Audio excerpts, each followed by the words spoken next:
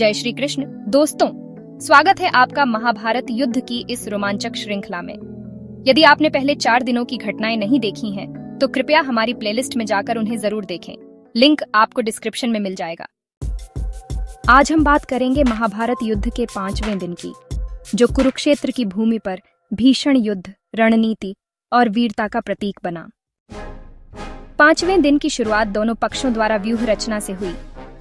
पांडवों ने युधिष्ठिर के नेतृत्व और धृष्टद्युम्न की सलाह पर मकर व्यूह यानी मगरमच्छ के आकार की संरचना अपनाई। इसके अग्रभाग में स्वयं धृष्टद्युम्न मौजूद थे।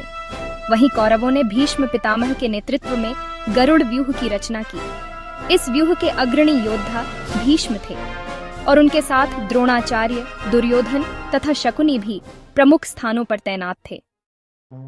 जैसे ही युद्ध आरंभ हुआ, भीष्म पितामह ने अत्यंत भीषण आक्रमण किया। उनके बाणों की वर्षा से पांडव सेना को भारी नुकसान पहुंचा। हजारों रथी, घुड़सवार और पैदल सैनिक मारे गए। पांडवों की सेना में हलचल मच गई और युधिष्ठिर ने प्रमुख योद्धाओं से आग्रह किया कि वे भीष्म का प्रतिकार करें। अर्जुन ने स्वयं भीष्म से मुकाबला किया। उनके गांडीव धनुष से छोड़े गए तीव्र बाणों ने भीष्म के रथ को क्षतिग्रस्त कर दिया। हालांकि भीष्म ने भी पूरी शक्ति से अर्जुन के प्रहारों का डटकर सामना किया।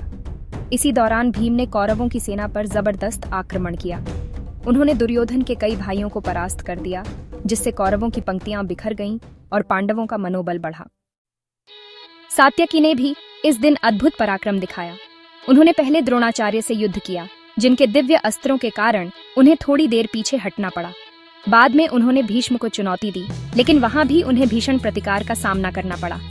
युधिष्ठिर और अर्जुन की प्रेरणा से वे दोबारा मैदान में लौटे।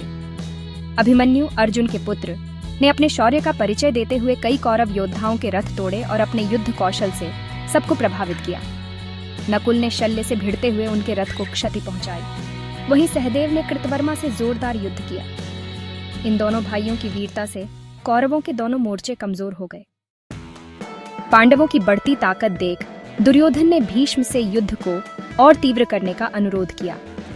वहीं शकुनी ने योजना बनाई कि पांडवों की पैदल और घुड़सवार सेना को लक्षित कर उन्हें अधिक क्षति पहुंचाई जाए। यह योजना कुछ हद तक सफल भी रही। इस दिन कृष्ण की भूमिका भी अत्यंत महत्वपूर्ण रही। उन्होंने युधिष्ठिर को सलाह दी कि भीष्म जैसे महान योद्धा को रोकने के लिए सामूहिक रणनीति अपनाना आवश्यक है। उन्होंने अर्जुन को प्रेरित किया कि वे पूर्ण शक्ति से भीष्म का मुकाबला करें। कृष्ण की रणनीति और अर्जुन भीम के साहसिक प्रयासों ने युद्ध का संतुलन बनाए रखा और कौरवों की प्रगति को रोका। दिन के अंत में कोई स्पष्ट विजेता नहीं था। भीष्म के भीषण आक्रमण से पांडवों को बड़ी क्षति हुई, लेकिन अर्जुन, भीम, अभिमन्यु और अन्य वीरों की एकजुटता से पांडव सेना डटी रही। सूर्यास्त होते ही दोनों सेनाएं अपने अपने शिविरों में लौट गईं और अगले दिन की योजना बनाने लगी। तो दोस्तों, यह था महाभारत युद्ध के 5वें दिन का पूरा विवरण, जहां भीष्म का पराक्रम चमका, लेकिन पांडवों की एकता ने उन्हें रोके रखा। अगर आपको यह कथा पसंद आई हो तो कृपया वीडियो को लाइक करें, चैनल को सब्सक्राइब करें और कमेंट में बताएं आपका पसंदीदा योद्धा कौन है। हम जल्द ही लेकर आएंगे 6ठे दिन की कहानी।